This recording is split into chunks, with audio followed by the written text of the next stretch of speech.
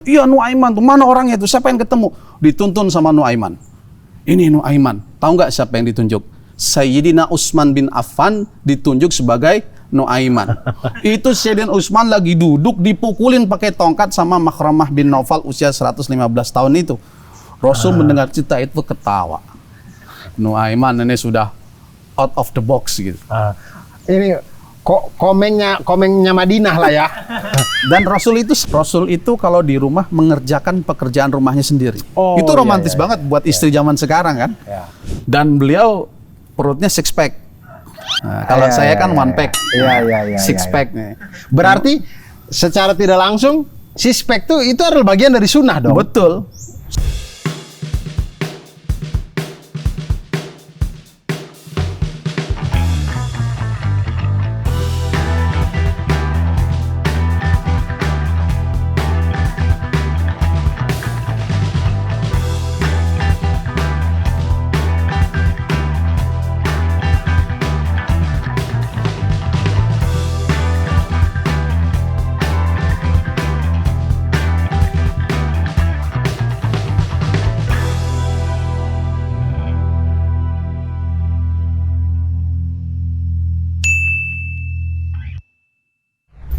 Assalamualaikum warahmatullahi wabarakatuh. Waalaikumsalam warahmatullahi wabarakatuh. Jumpa lagi teman-teman semuanya di tenda tanya.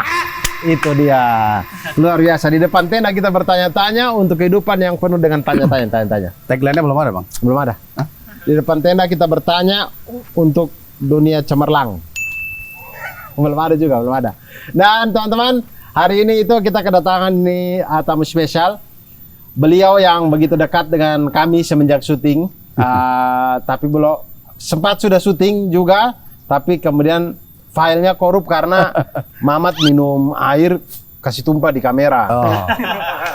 Rusak, filenya jadi rusak. Begitu akhirnya kita harus kita take ulang. Ini dia Ustadz Arbi.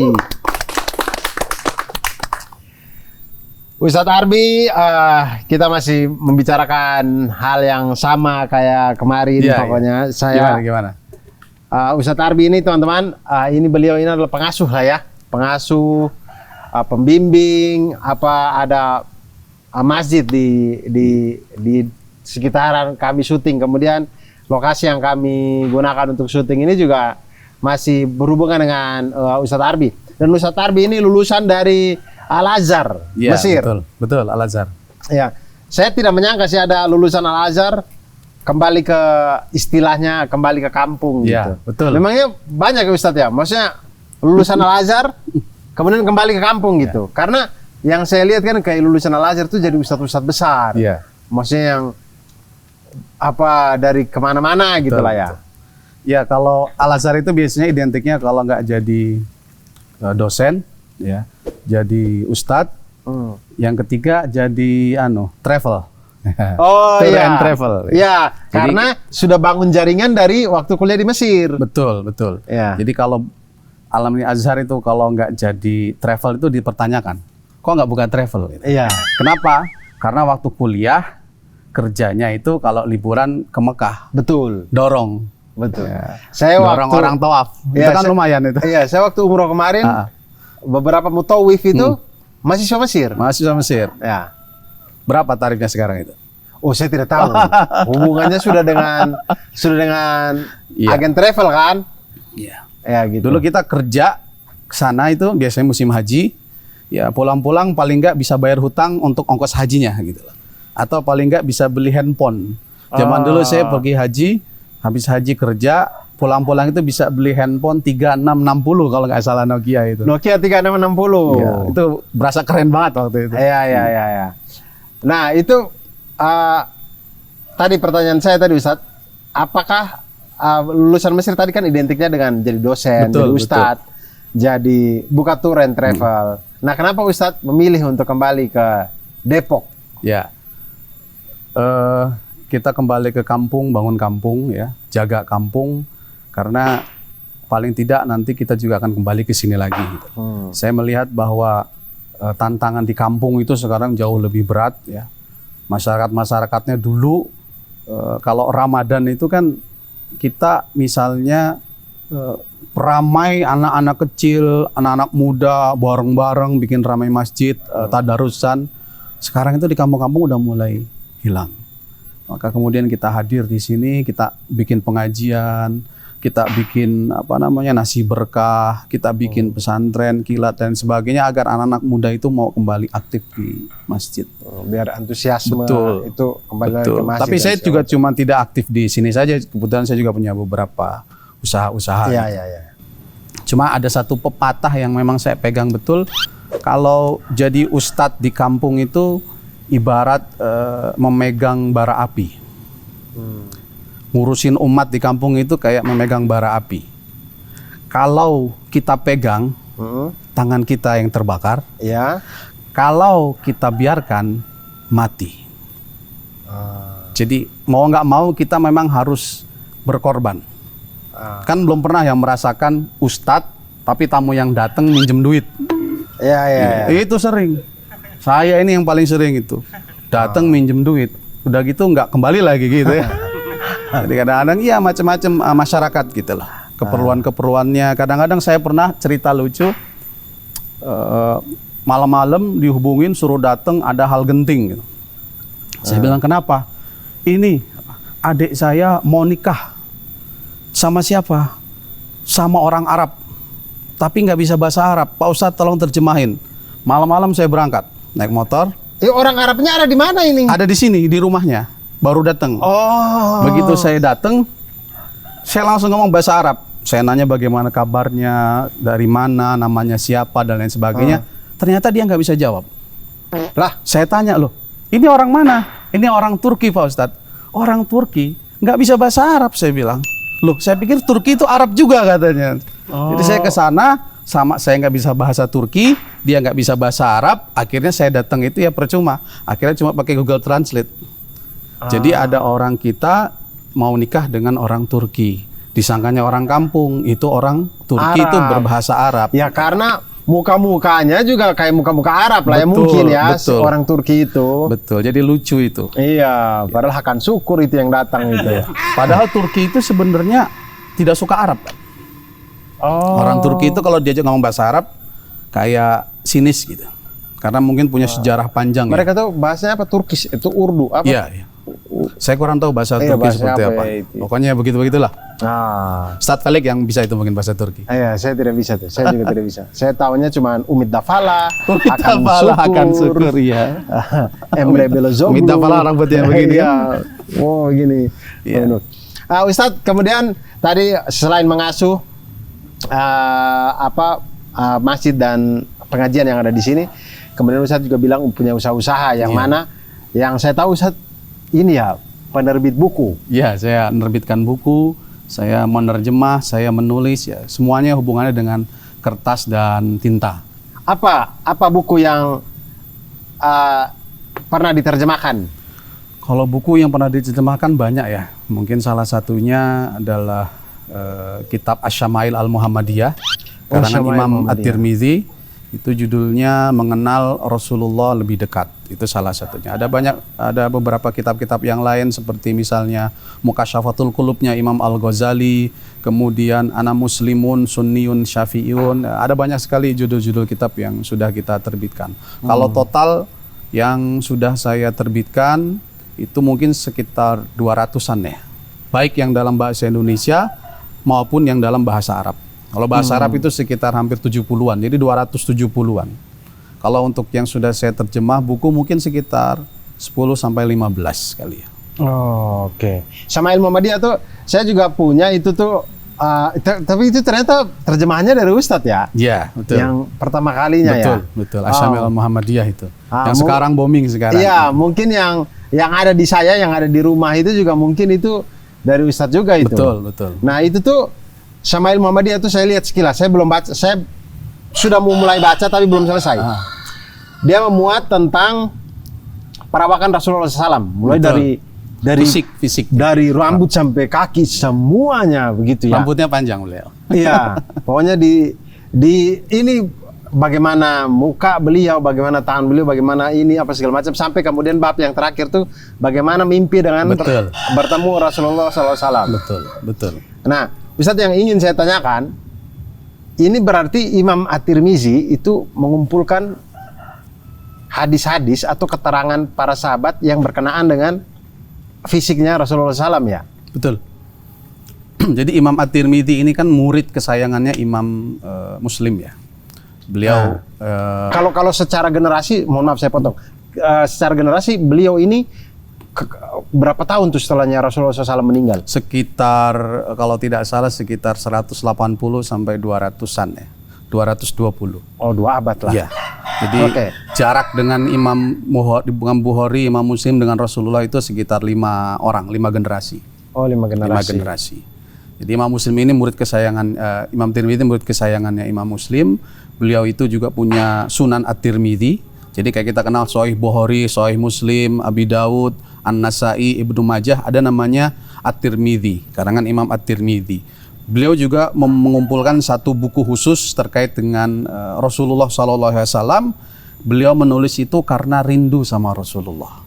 Jadi beliau menulis hal-hal yang meliputi keseharian Rasulullah SAW. Karena beliau bahkan mengatakan seandainya di setiap rumah ada kitab Asy-Syama'il Al-Muhammadiyah, itu seakan-akan Rasulullah hidup dan tinggal bersamamu. Jadi itu dan kita membaca itu dan ya, biar tergambar. Harus membaca. Itu berarti isinya adalah kutipan atau keterangan dari para sahabat ya? Itu hadis-hadis Rasulullah. Jadi hadis-hadis yang bersumber dari Rasulullah diriwayatkan oleh para sahabat yang bercerita tentang keseharian, bercerita tentang fisiknya Rasul. Yang paling ngerti Rasul kan sahabat.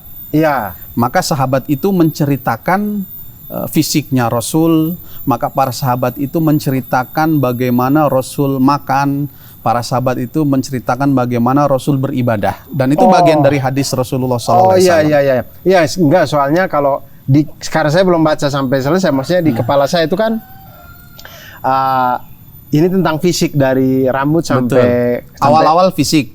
Yang kedua kemudian pribadi ya, sampai kaki gitu. Itu kayak saya tidak tergambar di kepala saya. Mana mungkin Rasulullah SAW mengeluarkan hadis saya berambut ikal misalkan. Iya. Kan tidak mungkin. Pasti berambut ikal itu adalah keterangan dari para sahabat yang melihat. Gitu. Jadi hal-hal yang meliputi Rasulullah yang diriwayatkan oleh para sahabat itu hadis. Rasulullah makan dengan tangan kanan misalnya. Rasulullah menyukai buah labu. Rasulullah makan paha kambing. Itu kan yang diriwayatkan oleh para sahabat. Itu menjadi hadis karena itu bagian dari kehidupan Rasulullah SAW.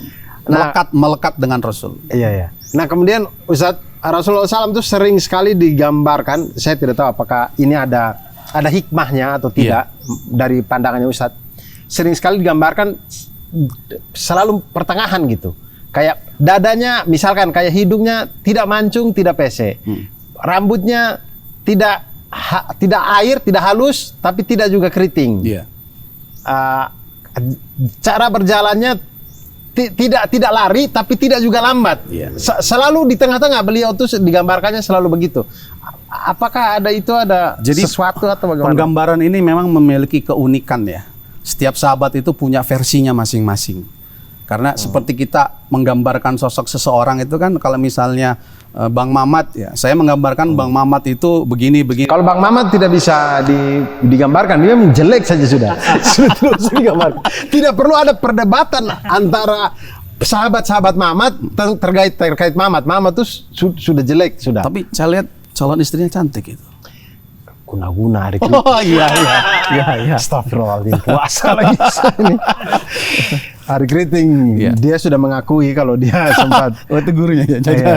Ada ilmu nujum, ahli nujum dia. Nah itu apa tadi? Ya jadi para sahabat itu punya gambaran berbeda.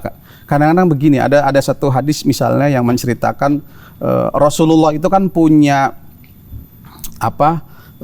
tanda kenabian, khotamun nubuwah. Tanda kenabian itu di pundak belakang ini bentuknya seperti daging yang tumbuh. Itu diibaratkan, itu ada sahabat yang mengatakan seperti telur burung merpati. Telur burung merpati segimana ya? Ya, seginilah telur burung merpati, Segini, telur burung dara ya kan, nonjol. Ada sahabat yang bilang warnanya merah. Ada yang sahabat bilang warnanya hitam.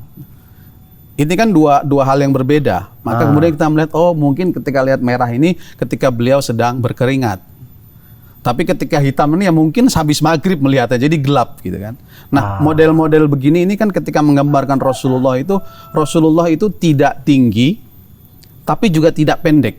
Iya. Rasulullah itu kalau berdiri bersama orang yang tinggi, tidak terlihat pendek. Betul. Tapi ketika beliau berdiri dengan orang yang pendek, tidak terlalu terlihat tinggi.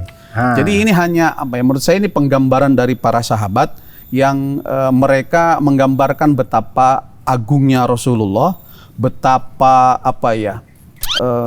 kita bilang tuh kalau dalam Islam itu khairul umur awsatuha. Sebaik-baiknya perkara itu adalah yang tengah-tengah gitu lah. Yang tengah-tengah ini maksudnya apa? Iya, yang moderat. Ya. Kalau dibilang tidak terlalu tinggi, juga tidak terlalu pendek. Ketika berjalan bersama orang yang berlari, beliau tidak terlihat berjalan. Ketika berlari bersama orang yang berjalan, beliau tidak seperti orang yang sedang berjalan.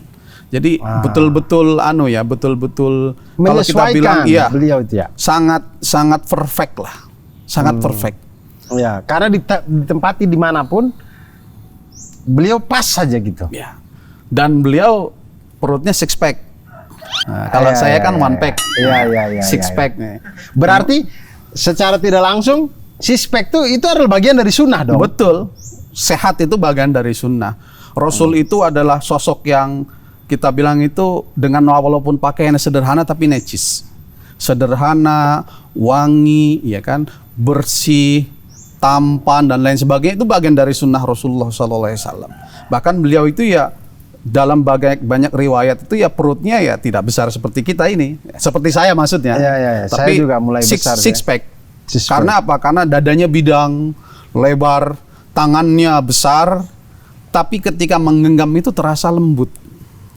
Ya kan kalau soal mendeskripsikannya kan memang setiap orang punya intuisi yang beda gitu. Betul. Saya kayak misalnya orang menggambarkan sosok si A misalnya, kan beberapa orang pasti akan punya gambaran yang berbeda. Ada yang dilihat rambutnya, ada yang dilihat mukanya, ada yang dilihat senyumnya, macam-macam. Jadi punya versinya masing-masing. Makanya saya sampai bisa membayangkan kerumitannya Imam At-Tirmizi ketika mengumpulkan keterangan-keterangan sahabat, maksudnya hadisnya Rasulullah SAW ini untuk maksudnya dikumpulin, maksudnya beliau bingung kan tuh kayak baca ini, wah ini ya. Imam At-Tirmizi itu sosok yang diberikan hafalan yang luar biasa.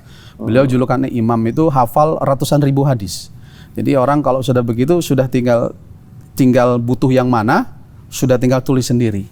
Sudah muncul sendiri, nggak perlu di searching dulu gitu. Dan kayaknya kalau orang manusia kalau sudah sama saya kayak Imam At-Tirmizi mungkin panduannya itu karena kayaknya beliau juga sudah mimpi, kayaknya sudah ketemu. Jadi begini Bang Abdul. Jadi kayaknya beliau juga menggambarkannya itu. Kalau saya kan tidak pernah nih Ustaz, jadi saya kan awang-awang nih, bingung nih. Tapi kalau Imam At-Tirmizi pasti udah tahu lah. Keunikan kitab ini yang disampaikan oleh guru-guru saya itu, kamu kalau pulang ngaji kitab ini, baca kitab ini. Kenapa? Karena umat ini butuh cinta sama Rasulnya. Salah satu buktinya adalah ketika Imam At-Tirmidzi rindu sama Rasulullah, beliau kemudian menulis Syama'il Muhammadiyah ini sebagai melepaskan rasa rindunya. Yang menarik adalah beliau mulai dari fisiknya, kemudian perilakunya, ya kan, kemudian kesukaannya, kemudian barang-barang di sekitarnya, kemudian usianya, kemudian sebelum terakhir itu wafatnya. Tapi yang unik kemudian setelah wafat dibahas kok mimpi gitu loh. Ini kan kalau ibaratnya urutan skripsi ini nggak sesuai babnya, ini pasti ditolak sama dosen ini.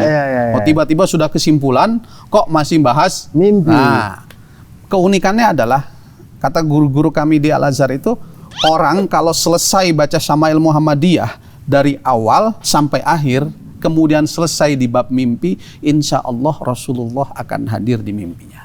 Amin ya rabbal alamin. Dan itu sudah terbukti banyak sekali. Insya Allah. Banyak sekali. Cuma ada bukunya? Ada. Saya bawa ini cuma tinggal satu.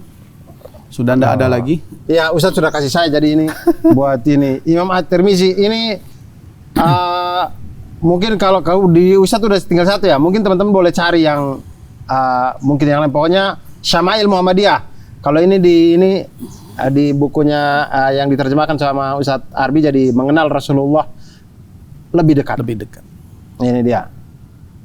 Kemudian itu tadi, saya tadi menarik tadi Ustadz tadi bilang, guru-gurunya Ustadz di Al-Azhar mengatakan bahwa umat sekarang ini butuh untuk mencintai Rasulullah SAW gitu. Nah, menurut Ustadz sendiri, apa kiat kita ini untuk menumbuhkan rasa cinta kepada Rasulullah SAW gitu? Ada pepatah, tak kenal maka tak sayang, tak sayang maka tak cinta. Jadi orang bilang saya cinta sama Rasul, tapi begitu ditanya Rasulullah itu kesukaannya apa, tidak bisa jawab. Saya cinta sama Rasul, tapi sikap Rasul terhadap para sahabat ketika ditanya mereka tidak bisa jawab. Maka rasa cintanya mereka ini memang satu sisi unik ya. Kadang-kadang pokoknya saya cinta sama Rasul. Karena apa? Karena ada hadisnya, anta ma'aman ahbabta. Kamu akan bersama nanti di akhirat dengan orang yang kamu cintai. Pokoknya saya cinta. Perkara saya nggak sholat, perkara saya nggak zakat, perkara saya mabuk-mabukan, ya. Pokoknya saya cinta sama Rasul. Nah ini kan ada semacam saya anggap itu kekeliruan ya, bahwa cinta dengan Rasul itu harus punya syarat. Caranya bagaimana? Kita melihat bagaimana sikap beliau ketika berhubungan dengan masyarakat, bagaimana sikap beliau kita bertemu dengan sahabat-sahabat, bagaimana sikap beliau dengan keluarganya, bagaimana sikap beliau dengan istri-istrinya, bagaimana sikap beliau dengan pembantu-pembantunya, dan itu semua itu kita baca, kita tahu, dan menjadi contoh buat kita. Disitulah akan muncul rasa cinta yang berbeda dengan rasa cinta yang menurut saya tidak mengenal secara utuh sosok baginda Rasulullah Shallallahu Alaihi Wasallam. Betul, saya masuk akal sekali dengan apa yang Ustadz Arbi bilang. Kalau kita mengaku cinta, tapi orang tanya Rasulullah SAW suka apa, kita tidak tahu ternyata jawab. Padahal kalau kita suka band atau siapa gitu, kita cari tahu tuh sampai. Kita suka sama cewek cantik ya, iya. Itu minyak wanginya kita hafal baunya. Kita tahu. Iya. Facebooknya apa, emailnya apa, nomor rumahnya berapa. Ya itu maksud saya rasa cinta itu yang kemudian menumbuhkan untuk mencari tahu seperti apa sosok beliau. Jadi tidak cukup kemudian saya cinta, tapi tidak mengenal beliau. Bagaimana kita mau tahu sunnah-sunnahnya beliau kalau kita tidak tahu keseharian beliau. Nah, tadi kemudian Ustadz Arbi mengatakan bahwa kita cinta kepada Rasulullah SAW itu tentu ada syarat-syaratnya untuk kita. Ya, saya membahasakan itu ya, cinta itu ya harus mengenal siapa yang dicintainya secara utuh, semuanya gitu loh. Dan tidak kemudian di kampung ini kan saya ngalamin, Pak Ustadz, pokoknya saya kalau maulid saya pasti datang.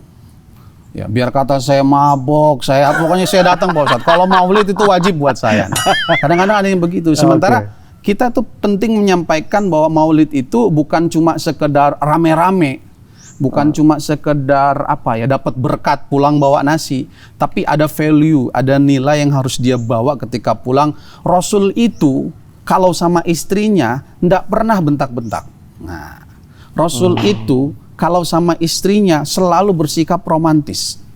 Rasul itu kalau sama sahabat itu ndak ada yang dibeda-bedakan. Mau yang kaya, mau yang miskin, mau yang jomblo, mau yang istrinya 4, semuanya sama.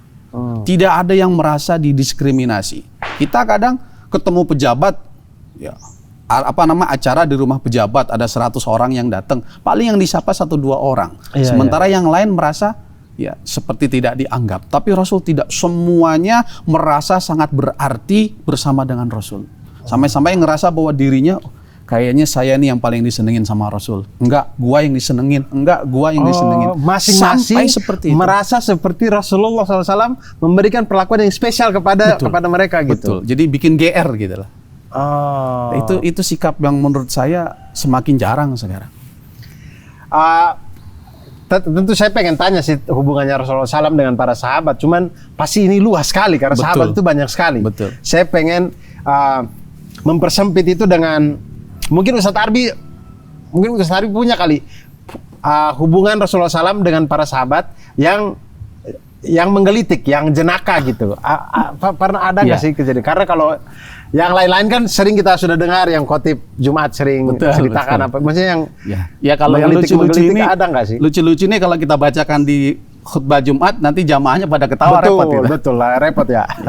Tapi ini memang Rasul itu dalam Syama'il Muhammadiyah itu digambarkan bukan sosok yang yang keras, yang pemarah, tidak. Jadi dalam banyak riwayat itu yang ditampilkan tuh sosok Rasul yang betul-betul mengerti kesulitan sahabatnya. Betul-betul sosok yang care. Betul-betul sosok yang humanis. Jadi ketika bercanda beliau asik gitu lah. Jadi enggak, kamu jangan bercanda, kamu jangan ketawa, enggak. Misalnya, ada satu sahabat yang sangat terkenal sekali yang sering bikin onar ya, dalam tanda kutip ya. Sudah bikin onar, sukanya mabuk. Zaman Rasul. Saya tahu di zaman sekarang tuh. Ya. Tapi semasa dia sahabat zaman sekarang tidak. Ya itu. Jadi dan Rasul tahu beliau ini mabuk dan sudah ditegur.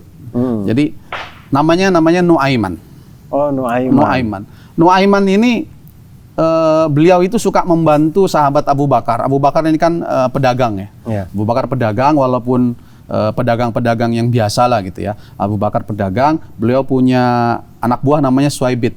Suaibit ini bagian ngurusin perbekalan. Nah, ceritanya Nuaiman ini datang. Nuaiman ini ya orang miskin lah. Nuaiman ini dia muhajirin apa ansor, Ustaz? Nuaiman itu kalau tidak salah muhajirin ya. Oh, muhajirin. Muhajirin kan nggak punya apa-apa. Oh iya. Pendatang gitu. Iya, pendatang. Iya. Kayak Bang Abdur datang ke Jakarta itu kan pendatang. Iya, ya? makanya kerja sama Abu Bakar Ya, juga dia. cari makan lah. Ya. Ceritanya terus datang ke Suaibit, minta makan dong. Tadi dulu, kerja dulu. Nanti saya tanya sama Abu Bakar, boleh nggak kamu dikasih makan? Saya nggak tahu kenapa tiba-tiba tidak boleh dikasih makan ya. Mungkin karena terlalu sering atau bagaimana gitu kan. Kemudian kata Nuaiman, oh begitu ya, oke kalau begitu saya balas kamu. Akhirnya dia datang ke pasar. Itu kan sedang dalam perjalanan Abu Bakar ke Basrah, ke Irak. Perjalanan dagang. Ke pasar, terus dia bilang, hey orang-orang yang mau beli, saya punya budak. Ini rajin. Ya. Walaupun orangnya hitam, rajin, tapi nanti kalau ketemu Anda, dia pasti bilang, saya bukan budak dia. Saya tidak dijual, orang ini pembohong, dan itu kalian jangan percaya. Pokoknya kalau dia ngaku, kalau dia bukan budak, kalian jangan percaya. Ya udah, kamu jual berapa? Bagaimana kalau saya jual seharga dengan 1 anak ekor unta? Boleh, saya tukar dengan 1 anak ekor unta. Begitu datang, datang, nah ini dia budak saya ini. Langsung diambil, saya bukan budak. Enggak, tuanmu sudah bilang kau nggak akan mengaku katanya. Kau sudah dijual dengan 1 ekor anak unta. Akhirnya diambil sama orang yang beli budak itu. Begitu cerita itu sampai ke Abu Bakar, Abu Bakar kemudian datang dan menebus menggantinya dengan 1 ekor anak unta. Begitu cerita ini sampai ke Rasulullah tertawa.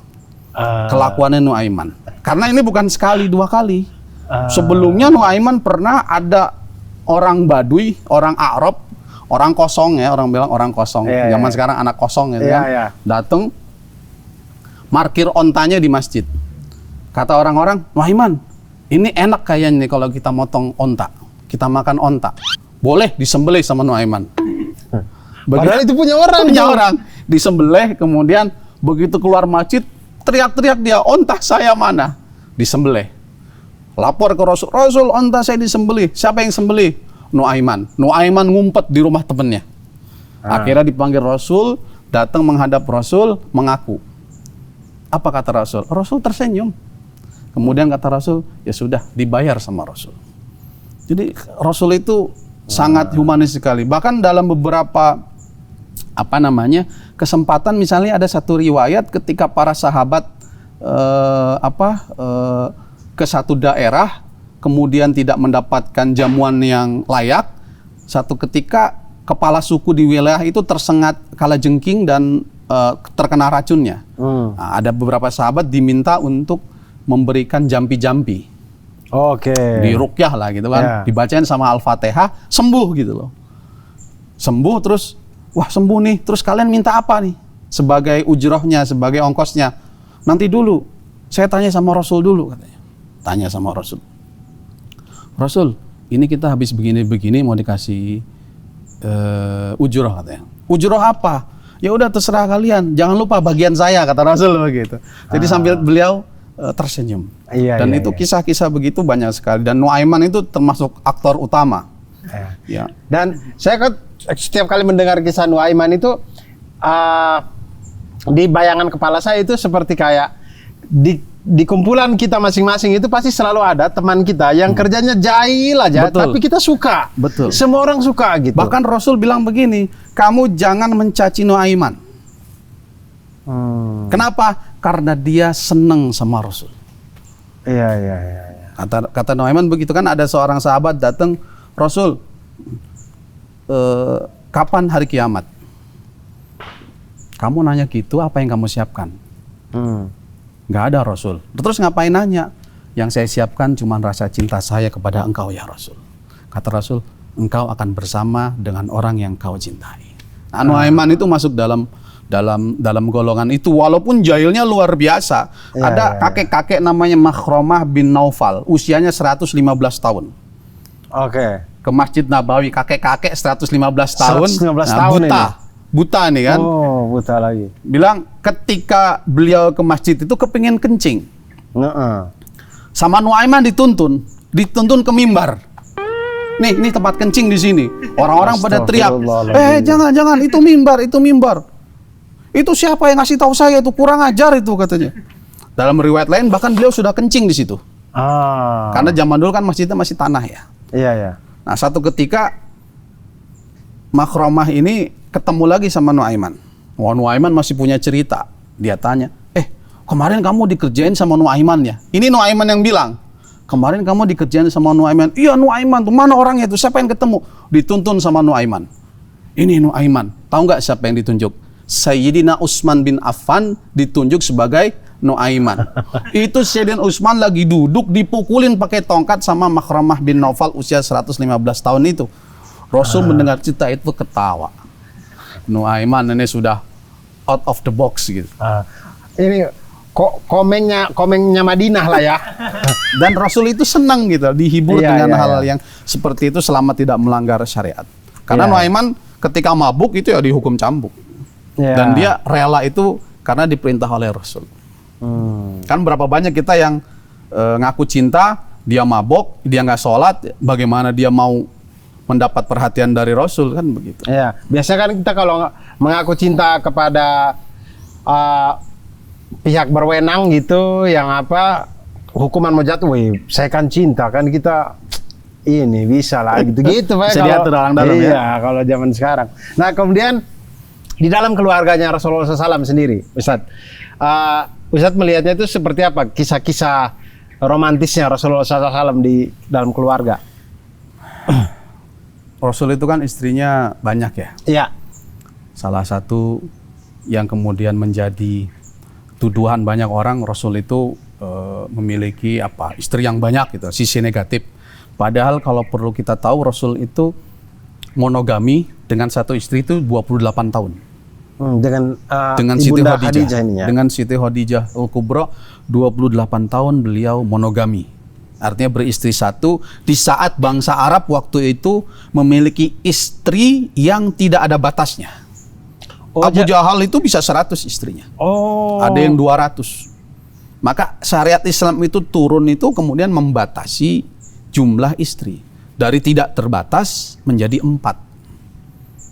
Dulu perempuan itu diwariskan.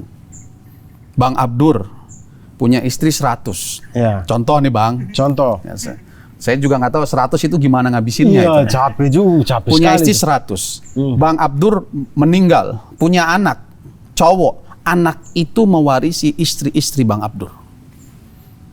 100 itu, anak istri Bang Abdur 100 itu diwariskan kepada anak. Menjadi milik anak. Dan anak itu boleh menjual. Kalau dia nggak cocok sama yang ini, dia kasih ke orang. Padahal itu kan ibu-ibu tirinya itu. Ya.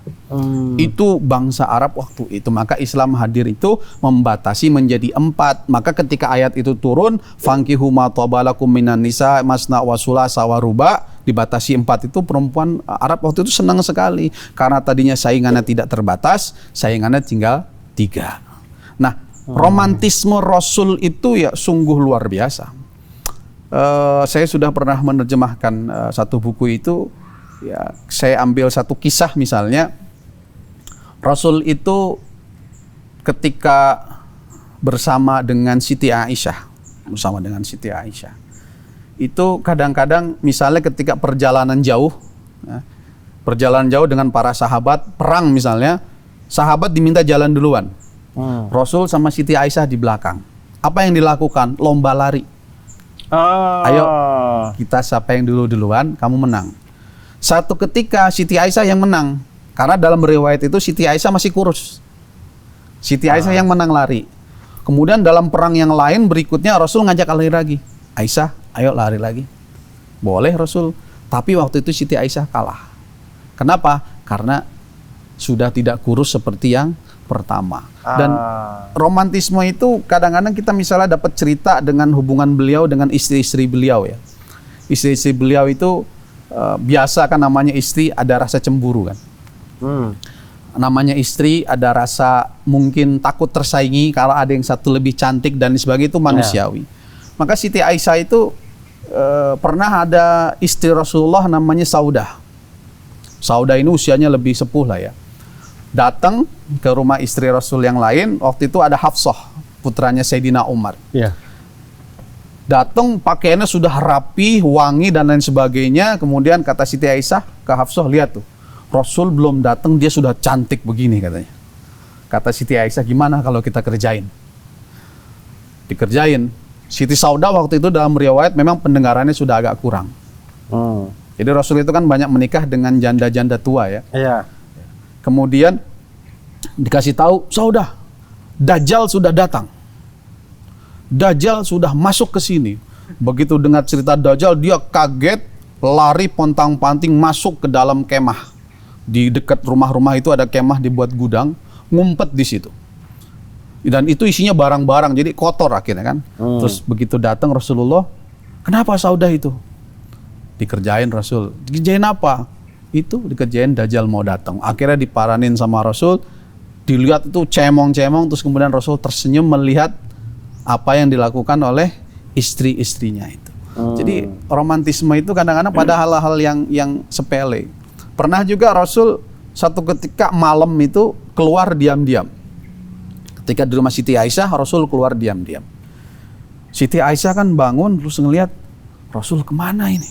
Kok nggak ada? Keluar diam-diam. Ini jangan-jangan mau ke rumah istri yang lain ini kan begitu. Akhirnya disusul, ternyata Rasul sedang sholat di Masjid Nabawi. Dalam riwayat lain, Rasul sedang ziarah ke makam Baqi. Dan itu satu hadis yang sangat menarik karena jadi sumber hukum gara-gara cemburunya Siti Aisyah.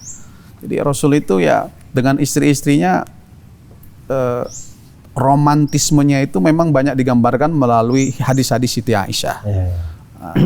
Dan juga dari hadis-hadis para istri-istrinya yang lain. Dan itu tadi kisah-kisah romantis itu tentu akan kita ambil romantisnya, sisi romantisnya Rasulullah SAW, tapi untuk penerapannya tentu kita lihat situasi kondisi kita masing-masing. Betul. Jangan kemudian istri-istri Anda mulai ajak lari dari Margonda ke Pasar Minggu, jangan, tidak usah. Ya di Car Free Day aja lah, sambil makan bubur ayam kan. Apalagi istri saya sudah lagi hamil, tidak mungkin saya ajak lomba lari. Tapi ada satu romantis itu yang bagus juga Bang Abdul. Rasul itu kalau di rumah mengerjakan pekerjaan rumahnya sendiri. Itu romantis banget buat istri zaman sekarang kan. Rasul ketika pulang ke rumah Siti Aisyah, ada makanan apa? Nggak ada Rasul. Ya udah saya puasa. Coba kalau kita pulang kerja, ada makanan apa? Nggak ada. Gimana sih? Istri macam apa nih? Jadi sinetron Indosiar itu kan. Atau Rasul kadang-kadang apa? Itu mencuci pakaiannya sendiri, menjahit pakaiannya sendiri, semuanya. Sampai-sampai kadang-kadang sampai ada satu pembantunya beliau namanya sahabat Anas bin Malik, pembantu beliau, abdi dalam, itu bahkan bilang selama saya menjadi pembantunya Rasul, Rasulullah tidak pernah memerintah saya sekalipun. Selama saya menjadi pembantunya Rasul. Jadi Rasul kalau bisa dikerjakan, kerjakan sendiri. Makan apa yang ada, tidak pernah protes. Walaupun itu misalnya makanan yang biasa-biasa saja, beliau sangat menikmatinya. Beliau pernah disuguhkan cuka. Cuka itu apa sih nikmatnya cuka, Bang Abdur? Saya tidak pernah langsung coba sih. Ya. Paling kalau dicampur ke ikan, ikan-ikan Ya, kecil. orang Arab itu makan cuka itu sebagai acar ya. Jadi timun dikasih cuka, wortel dikasih cuka, ada makanan. Tapi kalau makan cuka itu kan kurang menarik. Tapi Rasul ketika disuguhkan cuka, kemudian beliau mengatakan, ni'mal idam al-khol, senikmat-nikmatnya lauk adalah cuka. Ini kan dalam rangka apa? Mengapresiasi orang yang memberi. Jadi istri kita memasakkan apapun itu walaupun terasa asin, walaupun terasa pahit, ketika ditanya gimana Pak, enak, Masya Allah, nikmat banget ini. Padahal dalam hati ampun gitu. Tapi menjaga perasaan istri itu kan bagian dari romantis itu sendiri. Iya. Nah kemudian begini Ustaz, tentu kompleks sekali Rasulullah SAW itu. Iya. Tidak cukup dalam satu kitab sirah tidak cukup. Iya, jangan kitab. Iya, itu kitab sirah saya tidak cukup, apalagi konten yang cuma 1-2 jam ini. Iya. Tapi kita persingkat saja dari kehidupan yang begitu kompleksnya Rasulullah SAW, kepribadian beliau, apa segala macamnya itu. Lalu kemudian saya tuh sering menjumpai pertanyaan seperti saya ditanya kayak, Abdur kalau ketemu Rasulullah SAW misalnya nanti mau gimana? Saya gitu. mau tanya sama Bang Abdur. Saya Kalau Bang Abdur, saya nggak bisa jawab. Bang Abdur, mau ketemu Rasul gak? Mau banget. Ketika Rasul ketemu dengan Bang Abdur bakal ngapain? Saya nggak tahu. Nah makanya itu sering saya ditanya, sayanya yang bakal ngapain. Kalau saya pengen tanya ke Ustadz, misalkan kalau kita, insya Allah mudah-mudahan suatu saat bertemu dengan Rasulullah SAW, kira-kira Rasulullah SAW mau lihat kita nggak ya Ustadz? Dulu di YouTube itu rame ada semacam acara reality show itu, Laukana Bainanal Habib. Laukana Bainanal Habib. Biasa sebelum maghrib orang nyanyi tuh. Seandainya Rasul ada di sini, kamu mau bilang apa? Tahu nggak? 99% orang yang ditanya itu nggak ada yang bisa jawab. Iya, hanya satu jawabannya menangis. Iya, saya lihat cuplikan itu. Guru saya, Syekh Ali Jum'ah, ulama besar Mesir, mantan mufti Mesir, dan beliau juga masih hidup sekarang, kemarin ke Istiqlal itu, ulama besar di Mesir, itu pernah ditanya, Syekh, seandainya engkau bertemu Rasul, apa yang kamu lakukan? Kata beliau apa?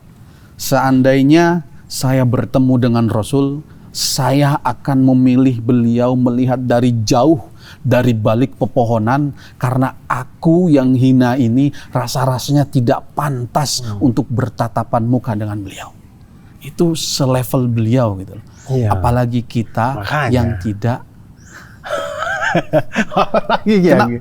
Ada satu sahabat, bukan sahabat, ada orang namanya Fadlah, saya lupa namanya Fadlah atau siapa ya. Itu pengen bunuh Rasul. Pengen bunuh Rasul.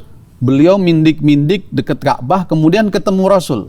Rasul cuma ngelihat dan senyum. Kata Rasul, kamu mau ngapain? Jadi pertanyaan kamu mau ngapain itu seakan masuk ke dalam hati, ke dalam jiwa, seakan-akan Rasul tahu mau melakukan apa. Maka bayangkan kalau kita ketemu dengan sosok yang seperti itu, ya, bisa melihat dosa-dosa kita, bisa melihat maksud kita.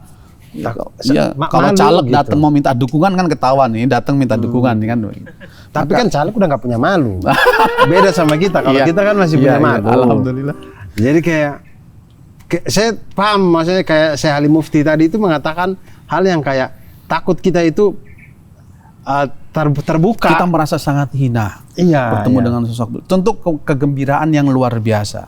Tapi kegembiraan itu membuat bahkan beberapa sahabat itu ketika rindu dengan Rasul, itu tidak berani kemudian bertemu dengan Rasul. Cukup melihat rumahnya saja, rasa rindunya itu sudah hilang. Rindu itu rindu itu yang kemudian membuat sahabat Bilal bin Rabah, muazzinnya Rasulullah SAW, begitu Rasulullah wafat, beliau sudah tidak sanggup lagi melantunkan azan. Karena ketika pada kalimat asyhadu anna Muhammadan Rasulullah, beliau sudah tidak bisa melanjutkan lagi. Dan sehingga pingsan katanya ya. sahabat Bilal itu kemudian memutuskan untuk hijrah ke Syam. Saya kemarin ke tempat beliau, ke makam beliau di sana. Oh, makamnya beliau ada di Syam. Iya, di Syam. Nah, ketika kemudian di Syam itu selama beberapa lama, sudah zamannya Sayyidina Hasan dan Husain, Rasul datang ke dalam mimpinya Bilal. Bilal, kamu nggak kangen sama saya? Iya. Bilal, kamu nggak kepengen ngunjungin saya? Dimimpiin Rasul begitu, beliau langsung berangkat ke Madinah. Begitu di Madinah ketemu dengan Sayyidina Hasan dan Husain, paman, kami rindu azannya paman. Bolehkah kami mendengar azan engkau sekali lagi paman? Maka sahabat Bilal datang karena permintaan Rasul, kemudian mencoba azan kembali, dan lagi-lagi beliau tidak kuat meneruskan azannya dan pingsan.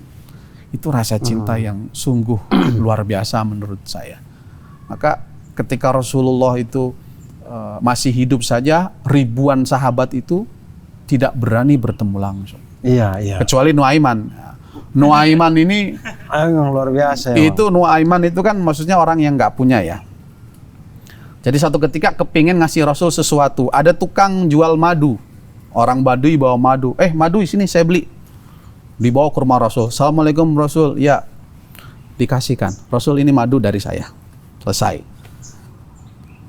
Yang jualan ini kan nunggu ya, kata Nuaiman, itu nanti duitnya dari yang di dalam rumah katanya. Yang jualan ini nggak tahu kalau itu rumahnya Rasul. Nuaiman bilang dia mau beli yang di dalam rumah.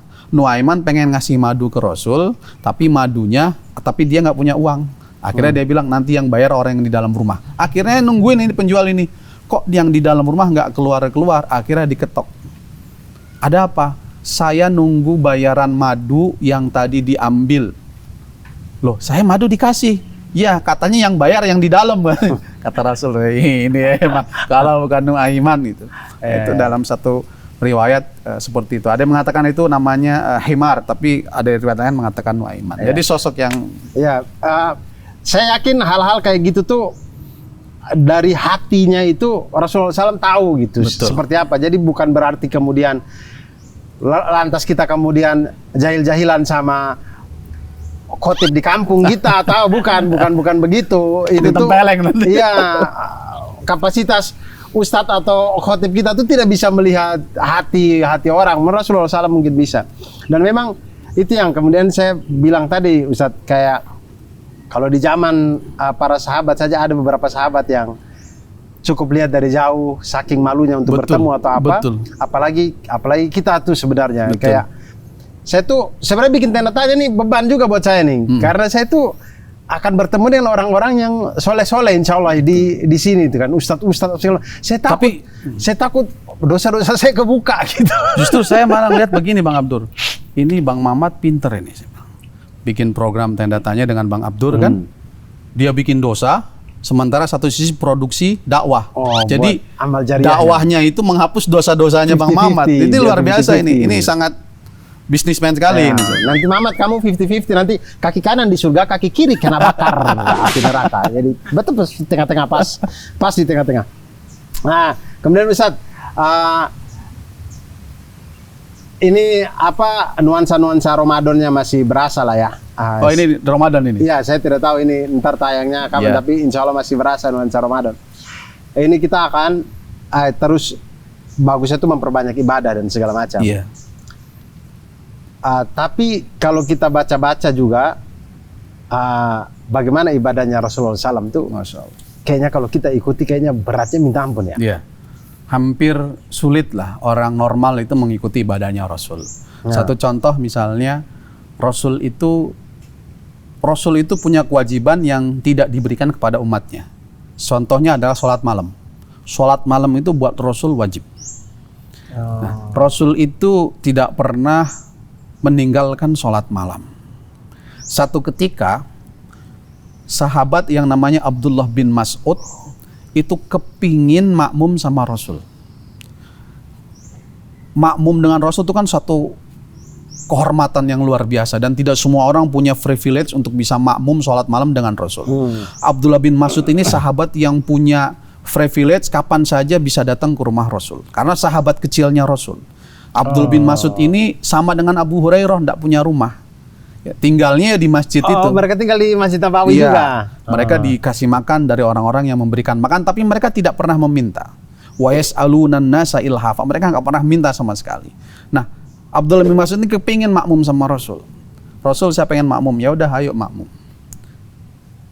Ketika makmum dengan Rasul itu, Abdul bin Mas'ud merasakan dahsyatnya ibadah dengan Rasul.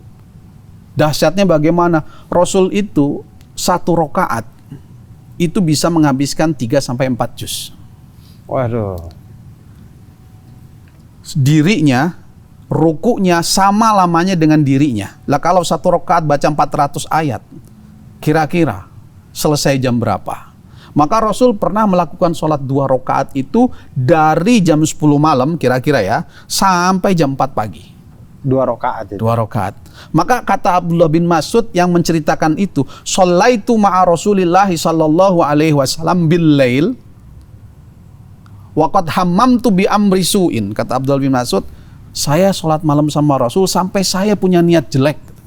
Dia cerita sama temennya, "Semalam saya sholat sama Rasul, saya punya niat jelek." Loh, kenapa punya niat jelek?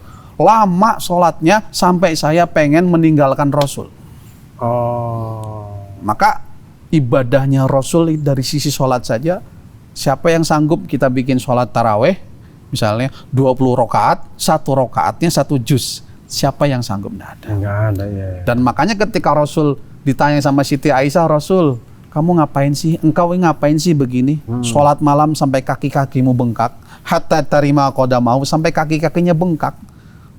Kata Rasul, "Saya melakukan ini karena saya ingin bersyukur kepada Allah Subhanahu wa taala." Padahal Rasul jelas-jelas masuk surga, jelas-jelas nggak punya dosa. Kata Siti Aisyah, Rasul nggak punya dosa, ngapain?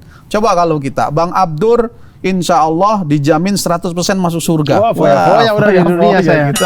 Santai, slow gitu. Nah, kemudian Ustaz, mungkin ini, menurut saya mungkin ini bisa menjadi pemantik kita untuk mengenal tentang Rasulullah SAW, kemudian semangat untuk ibadah dan segala macam. Tapi Bang Abdur, saya potong. Ya. Tapi ibadah Rasul yang berat itu memang tidak bisa kita tiru. Kalaupun mau tiru ya semampu kita. Karena Rasul bilang ibadahlah kamu semampu kamu. Ibadahlah kamu sampai kamu bosan. Ibadahlah kamu sampai kamu bosan, karena Allah nggak akan pernah bosan. Jadi kadang-kadang kalau prinsip saya, kita berislam ini dengan santai lah, saya bilang. Yang penting kita menjalankan kewajiban kita, sunnah selagi kita mampu kita lakukan. Kalau tidak mampu, yang penting asal tidak maksiat saja sudah cukup. Tidurmu itu jauh lebih baik daripada kamu bangun bikin maksiat di mana-mana, kan begitu. Jadi bagi Rasul itu kadang-kadang orang itu ya punya kehidupan masing-masing. Rasul pernah menegur seorang sahabat yang sholat terlalu lama. Kamu sholat jangan lama-lama. Kasihan makmum yang di belakang, ada petani, ada pedagang, ada orang punya urusan di rumahnya dan lain sebagainya. Nggak boleh sholat lama-lama. Kecuali kita sholat sendiri. Betul. Rasul pernah menegur juga sahabat yang sehari-hari full di masjid wirid, sementara dia punya keluarga. Pulang kamu cari kerja, itu wajib. Jadi kita nih harus memandang apa ya? Memandang orang-orang yang dalam tanda kutip tidak punya kesempatan yang sama itu, jangan dipandang sebagai orang yang tidak mau beribadah. Karena berapa banyak ya dikatakan, misalnya Imam Ibnu Athaillah itu dengan satu kalimat yang sangat indah itu, maksiatun aurasat dzullan waftiqaran khairun min ta'atin aurasat izzan wastikbaran.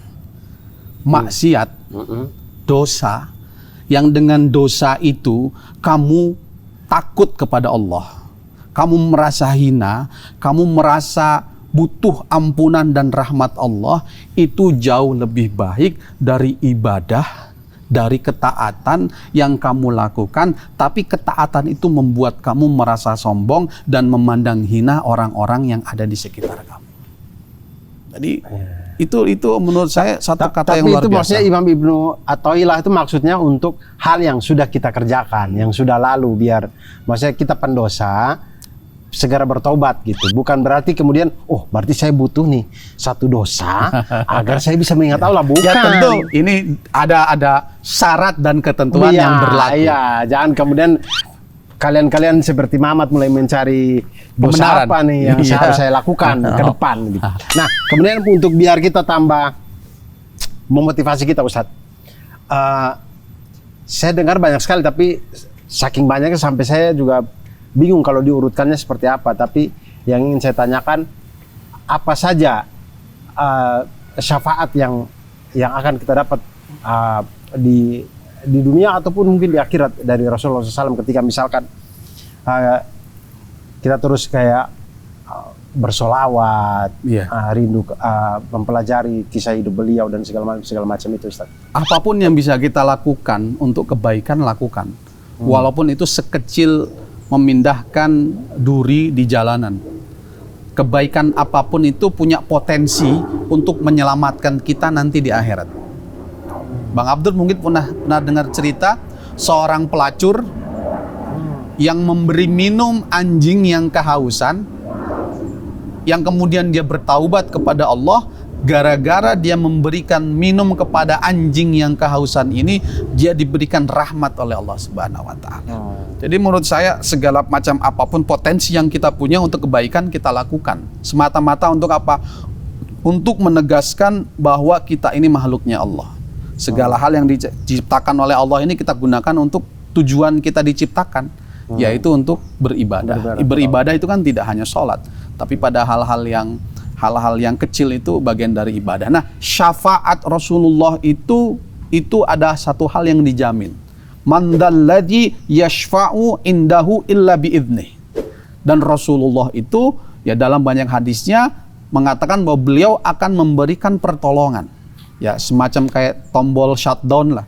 Selesai Anda di neraka, masuk ke surga.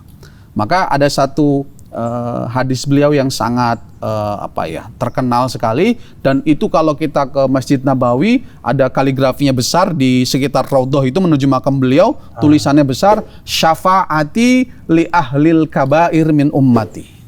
Pertolonganku itu untuk para pendosa dari umatku. Maka ada satu kisah yang dikutip oleh Imam Al-Ghazali, ketika Rasulullah itu ketika sudah berada di hari akhir, semua nabi sudah masuk ke sorga. Semua nabi sudah masuk ke sorga. Malaikat bertanya, ini ada satu yang belum masuk. Siapa? Rasulullah Sallallahu Alaihi Wasallam. Muhammad Sallallahu Alaihi Wasallam. Ditanya, ya Muhammad, kenapa kamu belum masuk? Saya mau masuk kalau semua umat saya yang ada di luar itu, mungkin ada Bang Abdur, mungkin ada yang lain belum masuk. Saya minta itu masuk dulu, baru saya yang paling terakhir masuk. Maka Allah kemudian memberikan haknya, Muhammad, kamu cari umat-umatmu yang pengen kamu masukin, kamu masuk ke dalam neraka, kamu ambil siapa-siapa saja yang di dalam hatinya masih punya rasa takut kepada Allah, kau masukkan ke surgaku. Maka kata Rasulullah, tidak akan masuk surga siapapun di antara kita karena amal kita. Kamu jangan merasa bangga, kamu ibadah berapa? 20 tahun. Jangan dengan 20 tahun itu kamu merasa yakin kamu pasti masuk surga. Kenapa? Kata Rasulullah, bahkan termasuk diriku, amalku tidak bisa memasukkanku ke surga. Yang memasukkan ke surga siapa? Rahmatnya Allah Subhanahu wa Ta'ala. Maka kata Imam Al-Ghazali, satu ketika ada seorang ahli ibadah 80 tahun beribadah tidak pernah berhenti. 80 tahun beribadah tidak pernah berhenti. Ketika dihisab, ditanya, kamu mau masuk surga? Mau. Masuk surga karena apa? Karena amal ibadahku. Oke, kamu beribadah berapa lama? 80 tahun. Malaikat masukkan dia ke surga 80 tahun, habis itu masukkan ke neraka selama-lamanya. Komplain. Loh, gimana kan saya udah beribadah? Loh, kamu komplain kalau begitu nggak jadi masuk surga, langsung masuk neraka, katanya begitu. Jadi ini menggambarkan bahwa rahmatnya Allah itu tidak akan sebanding dengan ibadahnya manusia. Maka Allah itu diibaratkan innallaha syakirun alim. Allah itu adalah zat yang maha bersyukur. Bersyukur itu apa? Bersyukur itu kan definisinya memberi tapi terasa sedikit, menerima walaupun sedikit terasa banyak. Allah memberi kita nikmat yang sungguh luar biasa besar, tidak ada harganya, tidak ada nilainya. Tapi kita membalas nikmatnya Allah dengan kata alhamdulillah saja itu sudah sangat besar menurut Allah. Allah memberi kita uang 10 miliar, besar sekali buat kita. Menurut Allah itu kecil. Tapi ketika kita membalas dengan alhamdulillah ya Allah, Menurut kita, 2,5% iya. kita kasih orang, menurut Allah itu sangat besar. Padahal menurut kita kecil gitu. Jadi itu sungguh luar biasa itu. Luar Jadi biasa. menurut saya syafaat itu ada, dan kita tentu sebagai orang-orang yang mungkin ya ibadahnya nggak terlalu bagus juga ya, ibadahnya nggak terlalu rajin juga, maksiat masih kadang-kadang suka melakukan gitu kan. Manusia kan tidak ada yang terlepas dari dosa. Jadi yang kita harapkan ya satu syafaatnya Al-Quran, yang kedua syafaatnya Rasulullah SAW, dan agar kita dikenal oleh Rasul, banyak-banyaklah membaca sholawat kepada Rasulullah SAW. Baik, kemudian Ustadz, terakhir untuk pesan-pesan untuk kami generasi muda, apalagi generasi muda yang, maksudnya generasi muda pada umumnya, untuk bagaimana kita mengenal dan mencintai Rasulullah SAW, apalagi generasi muda yang dari lahir di namanya itu disematkan nama Muhammad. Gitu. Ada teman saya Muhammad Yusran Fahrid Al-Katiri. Itu Muhammad ya? Nama Muhammad. Al-Katiri itu Habib loh ya? Oh, saya kurang tahu sih. Saya punya teman juga Al-Katiri itu. Oh bukan ya? Arab aja ya? Arab aja, Yaman kayaknya. Tahu. Saya juga tidak tahu sih. Tapi itu pun masih diperdebatkan Al-Katirinya, karena kakeknya itu katanya tidak mau menurunkan itu. Jadi saya curiga dia itu adalah bayi yang dipungut di Pelabuhan Dobo, ada di. Jadi bayi hanyut gitu, diangkut sama Om Farid, diangkat jadi anak dia ini. Muhammad Yusran Farid. Tapi kelakuannya ya seperti yang kita lihat. Jauh sekali. Nah, ini pesan-pesan bagi kami, generasi muda, untuk semangat untuk mencari tahu ilmu tentang Rasulullah SAW dan mencintai beliau. Iya, nama Muhammad itu sungguh nama yang luar biasa. Nama yang ketika diberikan ini tidak ada makhluk satupun yang memiliki nama Muhammad sebelum Muhammad Rasulullah itu lahir. Muhammad ini punya keunikan nama yang ketika Abu Jahal itu sampai tidak berani menyebut nama Muhammad. Karena Muhammad itu kan artinya yang terpuji. Sementara Abu Jahal ini kan benci dengan Rasulullah. Ketika ditanya, kamu lagi benci sama siapa? Saya benci sama orang yang terpuji. Nah, itu kan jadi double-double ya. Akhirnya karena dia tidak menyebut nama Muhammad, saya benci dengan dia. Dengan si dia. Tidak mau menyebut nama Muhammad. Dan dalam keyakinan kami, Ahli Sunnah wal Jamaah, nama Muhammad ini punya potensi selamat yang jauh lebih tinggi daripada yang tidak punya nama Muhammad. Allahu Akbar. Kenapa? Karena api neraka tidak mau menyentuh kulitnya orang yang punya nama Muhammad. Karena apa? Karena itu nama yang sangat agung dan nama yang sangat mulia. Maka kalau pesan saya buat teman-teman anak-anak muda sekarang, ya di sela-sela aktivitas kalian yang begadang malam, ya tidur pagi sampai siang, manfaatkan waktu walaupun sedetik untuk mengenal Rasulullah. Bisa lewat buku-buku, bisa lewat podcast-podcast, bisa lewat kajian-kajian. Paling tidak mengenal bagaimana akhlaknya Rasulullah. Paling tidak mengenal siapa orang tuanya Rasulullah, siapa putra-putrinya Rasulullah. Ya, bagaimana Rasulullah wafat, bagaimana Rasulullah yang selalu diingat adalah ummati, ummati, ummati, umatku, umatku. Yang dipikirkan hanya umatnya. Bahkan ketika ada satu kesempatan beliau bertemu langsung dengan Allah saja, yang diingat adalah umatnya.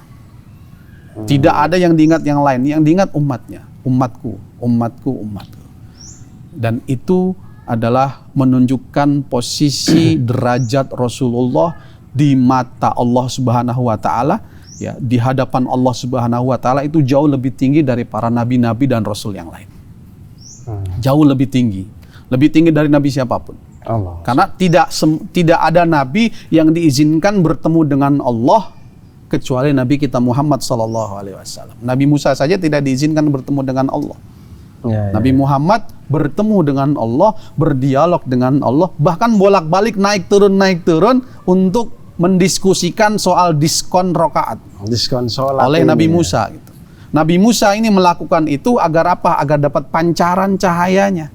Maka beliau coba nego lagi, bolak-balik agar beliau mendapatkan pancaran cahayanya Allah Subhanahu wa Ta'ala. Dan itu tidak diberikan kepada nabi-nabi yang lain. Maka dalam guru-guru kami mengatakan laulaka ma khalaqtul aflak. Seandainya tidak ada engkau ya Muhammad, aku tidak akan ciptakan semua alam semesta ini. Maka kita ini sekarang hadir di sini ya karena ada Rasulullah sallallahu alaihi wasallam. Allahumma shalli ala sayyidina Muhammad. Baiklah, itu dia teman-teman. Terima kasih banyak Ustadz Arbi. Makasih banyak Bang. Semoga kita alhamdulillahirabbil alamin, kita puji syukur kehadirat Allah Subhanahu wa taala dulu, kemudian sholawat dan salam Allahumma shalli ala Muhammad. Jadi semoga kita semua itu tergolong menjadi orang manusia yang pandai bersyukur, manusia yang gemar bersolawat, mengingat kepada Rasulullah SAW, kemudian itu terpancarkan dengan kitanya juga jadi rajin. Jangan kayak Ustadz tadi bilang, maksudnya hari-hari kita mabok gitu, nanti di hari-hari tertentu doang kita kemudian ingat Rasulullah gitu. Jangan. Jadi sepanjang hidup mudah-mudahan insya Allah kita tergolong sebagai orang-orang yang terus mengingat Allah dan Rasul. Amin, amin ya rabbal alamin. Baik, terima kasih banyak Ustadz Arbi. Sama-sama Bang Abdul. Terima kasih banyak teman-teman yang sudah mendengarkan, dan sampai berjumpa di tenda-tenda tanya berikutnya. Saya Abdurrahman pamit, Ustadz Arbi juga pamit. Wassalamualaikum warahmatullahi wabarakatuh. Waalaikumsalam warahmatullahi wabarakatuh.